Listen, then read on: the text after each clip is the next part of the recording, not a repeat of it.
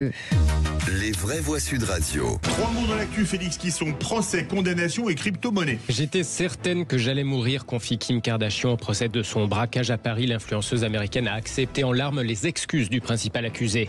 Gérard Depardieu, condamné à 18 mois de prison avec sursis pour agression sexuelle. Le tribunal reconnaît aussi une très rare victimisation secondaire par les attaques systématiques de la défense sur les plaignantes. Et puis une tentative d'enlèvement glaçante filmée en plein Paris ce matin. Les malfaiteurs ont traîné la fille d'un patron des crypto-monnaies et son bébé avant d'être mise en fuite par le compagnon de la victime. Les vraies voix Sud Radio. La robe et des bijoux à vendre. Oh, et on est à Cannes, Alors bon, on n'est pas à Cannes comme le suggère malicieusement un photographe à l'arrivée de Kim Kardashian ce matin. Mais les flashs effectivement étaient de sortie au vieux tribunal judiciaire de Paris sur l'île de la Cité. C'est là que se tient le procès du braquage de l'influenceuse américaine. Cette nuit de cauchemar dans un palace parisien en 2016. Procès en présence de nombreux curieux d'ailleurs arrivés à l'aube ce matin pour pouvoir y assister. On est étudiante en droit, donc on trouvait ça intéressant d'assister à un procès dans le cadre de nos études. Puis en plus de ça, c'est vrai que c'était assez sympa de suivre celui de Kim Kardashian, étant donné que c'est quelqu'un de notre génération qu'on suit. La famille Kardashian, très reconnue mondialement, plus pour ma génération. Et parce que c'était un rôle un peu extraordinaire déjà.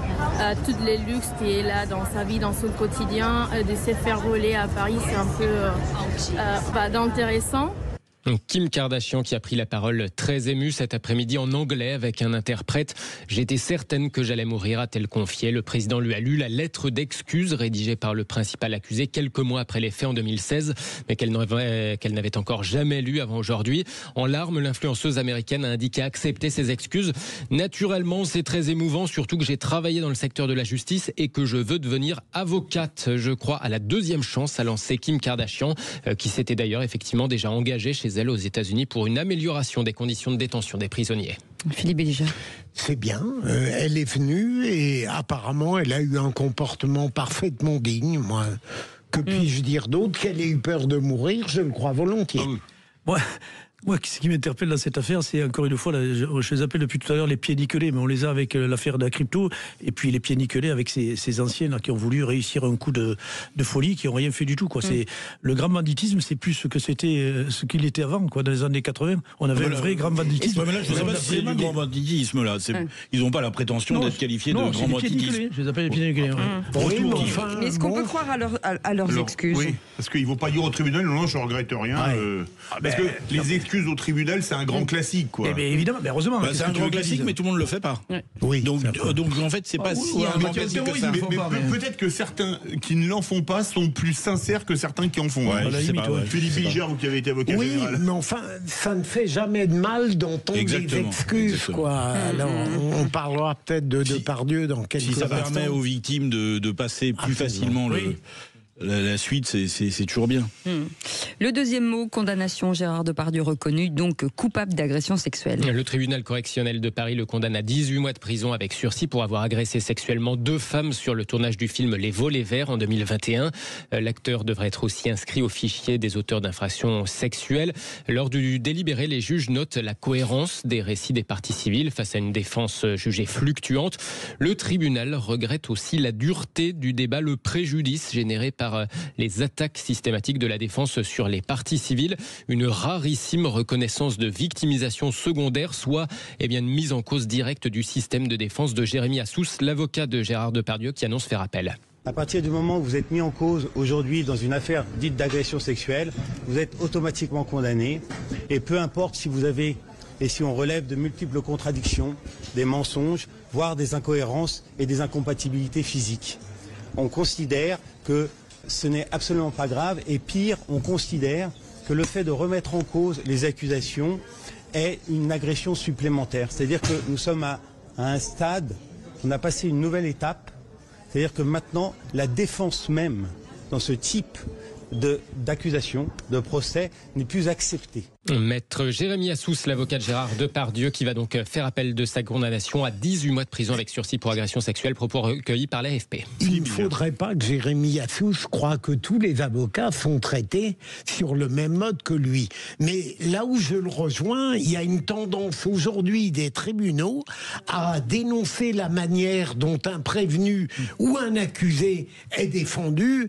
Un avocat est libre de le faire comme il entend. Et deuxièmement, je trouve scandaleux, et je pense notamment au procès de Marine Le Pen et à celui de Gérard Depardieu, qu'un tribunal se permette de mettre en cause la stratégie de défense. On a le droit de nier, et si le tribunal n'est pas d'accord, il condamne. Un point, c'est tout. Mais il n'a pas à ajouter une charge supplémentaire. Complètement d'accord, mais il me semble aussi que la posture même dans la défense de l'avocat de Gérard Depardieu était par moments un petit peu provocante. Oui.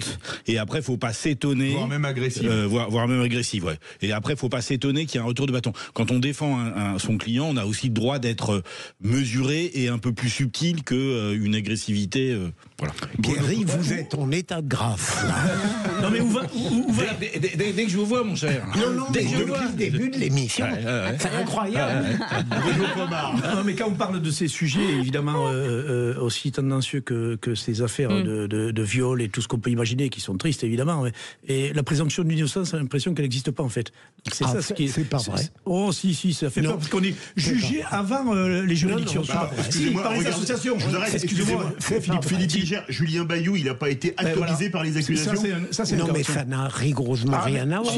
On n'est pas devant un tribunal, mon cher. Non, mais là, c'est le tribunal médiatique. Non, mais Depardieu était jugé avant même qu'il soit devant le tribunal. Ce que Bruno veut dire, oui, mais on est devant un tribunal, là, on n'est pas dans un tribunal médiatique. Il a été jugé avant, mon cher Philippe.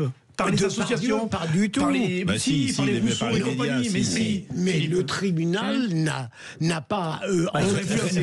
Restera toujours un doute sur la véracité, l'indépendance d'esprit, parce qu'on a l'impression que le jugement a été fait avant même que la session.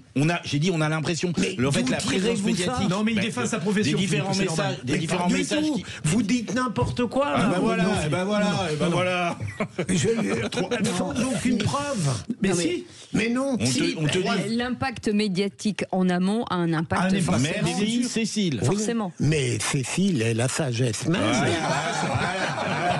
Alors il faut avoir le charme, le brio et l'intelligence de Cécile pour intervenir. Elle ne dit pas du tout la même chose que ce que dit mon ami Pomard, qui dit que le tribunal avait décidé d'emblée de. Non, j'ai dit que. Écoute. C'est mon maître par certains. C'est même votre maître 50. Troisième mot, crypto-monnaie, avec cette scène glaçante ce matin en plein Paris. 3 hommes au visage masqué ont traîné une femme d'une trentaine d'années et son bébé de 2 ans. Ils tentaient de la traîner vers une camionnette. La fille, le petit-fils d'un PDG d'une société de crypto-monnaie, scène filmée par des riverains depuis les fenêtres. C'est la police, oui. Qui appelle le 17. Le 17, oui.